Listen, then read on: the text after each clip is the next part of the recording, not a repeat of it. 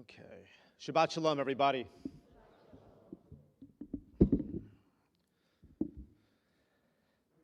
I feel that as I continue to get to know the congregation, each sermon spot is an opportunity for this congregation not just to get to know who I am or how I deliver said oration, but an opportunity for you to see my vision and what I think of the state of our congregation and the state of the Jewish people. And 99.9% of the time, I want Shabbat to be a time when we pounce on that joy. And for those who were here last night, we had the comedian Max Cohen, and the amount of times he talked about bringing the joy into our lives, it's something to celebrate, and it's something to remember, and it's something to hold on to. So Kim, I want to thank you once again and your committee for making it happen.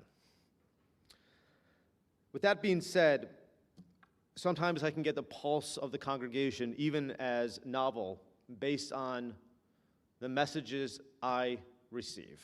And for the past couple of days, I've heard from this congregation. And there are many in this congregation who are rightly so outraged, horrified, shocked, all the adjectives that we can fill ourselves, that there was a piece of legislation in the House which had attempted to cut off aid to the state of Israel. The vote failed, 104 to 314. And I want to say, a couple years ago, 5 years ago, 10 years ago, this was never a wedge issue. And never would I ever process or believe that the relationship with the freest, innovative country in the Middle East would become such a divisive, and I hate this word on the bema, political issue, because it's more than political for American Jews. And we know this all touches something so deep for us. Ever since 10/7, our world has been a brutal, emotional roller coaster. And I said in Birmingham, and I'll say here, since that day, we've been wearing two hats. The hat of our regular lives, our occupations, our friendship, the ebbs and flows, and the other hat is the Jewish world. And so it feels like a challenge to our security and our identity and our future. And so maybe a couple years ago, or maybe last year, I would have come up here and I would have said, we need to mobilize. We need to write our congressional representatives. We need to demand justice. We need to protest. We cannot allow this to happen in any capacity whatsoever. To make it even worse, there was another part of that bill to remove funding to the Hashemite Kingdom of Jordan, a country not known for its civil liberties. That vote did fail as well. 6 voted in favor to cut off aid, while 421 kept it. It's a paradox. It's cognitive dissonance. It's putting our indigenous homeland as a wedge issue. But we're not going to go onto the marches. I'm not going to say that we have a call to action to write our congressional representatives, our senators. I don't know how much that does it for us. And so that leads me to something that we must do in our pivot. After the first destruction in 586 BCE, the destruction of the Second Temple in 70 CE, Bar Kokhba's failed revolt in 135 CE, the Church Fathers subjugating Jews to second and third-class citizens, the Crusades, the pogroms, Kishinev, the Holocaust, October 7th, all happened.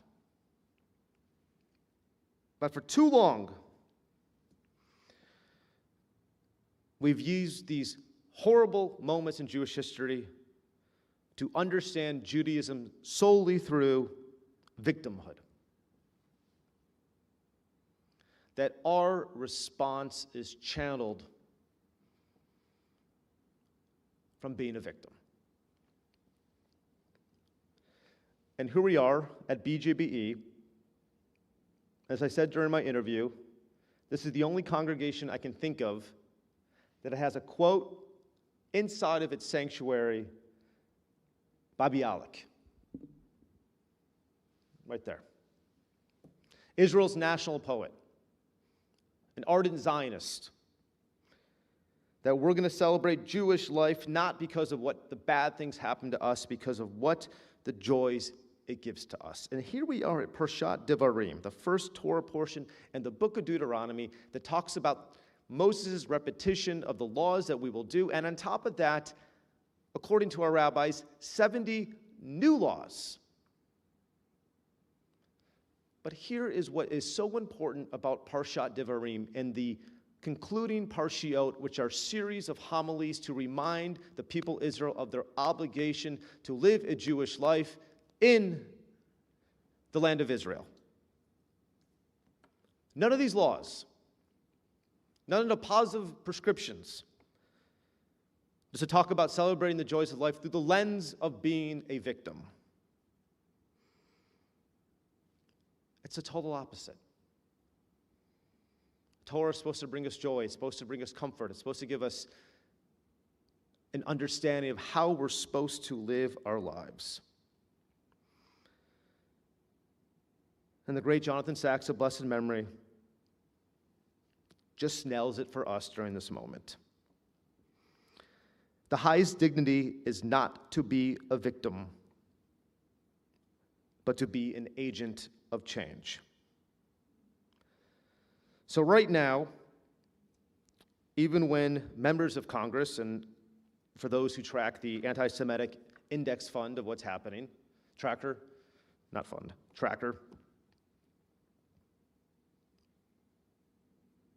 it doesn't stop us from learning Torah. It's never stopped us from keeping Shabbat. It's never stopped us from wearing our Magen David proudly. It's never stopped us from coming to synagogue. It's never stopped us from giving tzedakah. It's never stopped us from visiting Israel. It's never stopped us from teaching our children why Judaism and Israel matters. And it's never stopped us from building a Jewish community, because every mitzvah declares something powerful.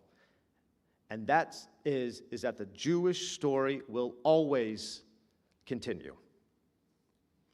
So as your new senior rabbi, I can promise you this, is that there will be more moments like this when we are outraged. But our covenant remains forever. Governments will rise and fall. Political ideologies will change. So will the headlines. But Torah mitzvot, the Jewish people and the state of Israel, will always endure. And for those people in Congress that voted against the aid, I want them to know the following message. When you look at that remarkable skyline in Tel Aviv,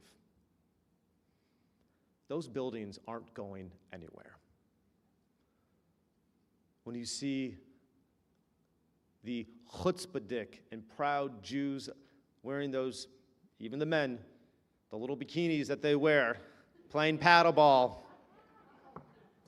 right on the beach, the no shame, that's not going anywhere too. The diversity of the Jewish people, the Mizrahi, the Sephardic, the Ashkenaz, the Indian Jews, We're not going away. And so the greatest response to those who want to weaken the Jewish people is not simply through a political response. And I will say this over and over and over again. It is the strengthening of the Jewish life and the world around us.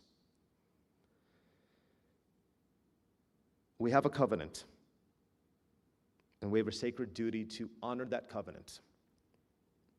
And this is precisely what the book of Deuteronomy is about. The Jewish people will live forever. Shabbat Shalom. We rise.